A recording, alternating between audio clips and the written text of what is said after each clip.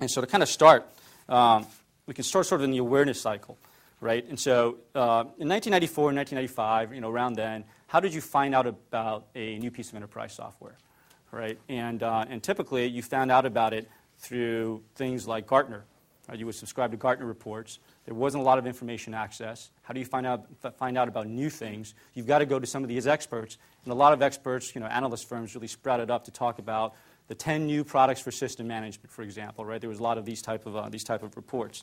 And now, today, in the internet, what you do is you go right to the internet, right? You go on the web, and you try to figure out what's going on, right? You listen to buzz, right? You go look at, say, what is Gizmodo saying about, the hottest devices, if you will.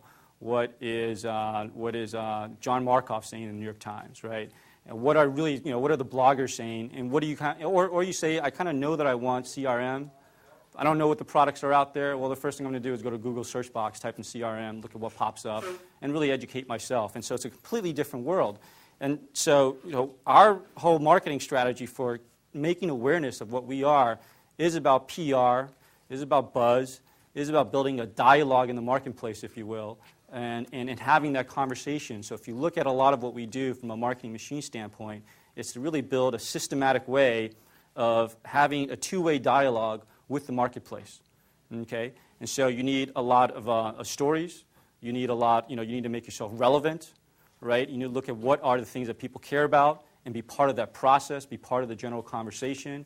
And if you can do that, then you can really increase the level of awareness of what the company is all about. And so, to give you a quick example, it's not a Salesforce example, but there's a company called OQO that produces these sort of mini Windows machines.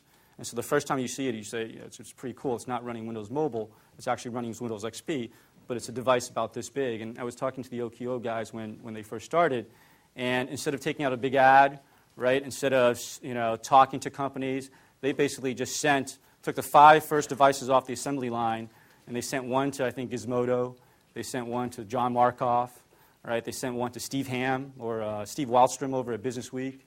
They sent one over to Walt Mossberg over at Wall Street Journal. And then the next week or two, you started seeing articles being written about it because it was kind of a cool device, right? And so they paid no money for advertising or PR, but they were able to generate an enormous amount of buzz and awareness for the product and really raise their level of awareness.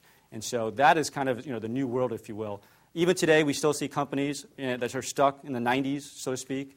They'll create a product, an enterprise software product, and they think the first thing they've got to do is go out there and educate Gartner, right? And when people's behaviors are completely different now in this age of the internet. And so the second stop along the way, so customers sort of, you've done a good job of buzz, right? You're out there, you're talking to the bloggers, people are finding you on Google, and they're aware of your product. How then do they evaluate your product? Now, in the 90s, what they would do in enterprise software, right, it wasn't something you can touch and feel. You would go to an event. You would go to a seminar, right, or perhaps you would call the company directly and have them send a sales rep over and do a demonstration, right? But now, with the internet is available, you have a different world where information is really an open access to information. And so we've gone from a world of closed access to information to a world of open access to information. And you can see that with the consumer sites, right? You can see people investing in more content on the web, really to put content out there.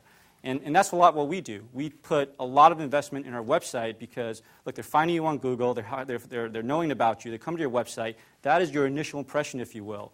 And so I have a saying that says, if I had an extra $1 in marketing spend, I'd much rather put it on the next crazy idea for the website to kind of drive up usage of our website, create more vehicles for people to engage with us than, say, in a direct marketing campaign or anything else, because that's where people are finding you. And if you look at what we've done over the last 7 or 8 years, we've really invested in our website. We've got a big sprawling property. We've got best practices websites. We've got developer websites. We've got App Exchange websites. It's our way of harnessing lots and lots of other on-demand applications. Our corporate website is big and sprawling.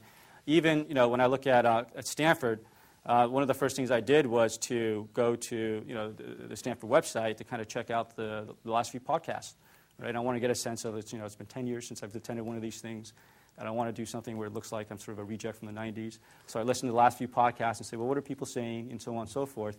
And it's just a rich website where we're capturing all this great content and really putting it on the web. And that's something we've done. And that's not something you see a lot of enterprise software companies do, but in this stage and age of the internet, you've got to open up the information, put it out on the web, and really let people get access to it.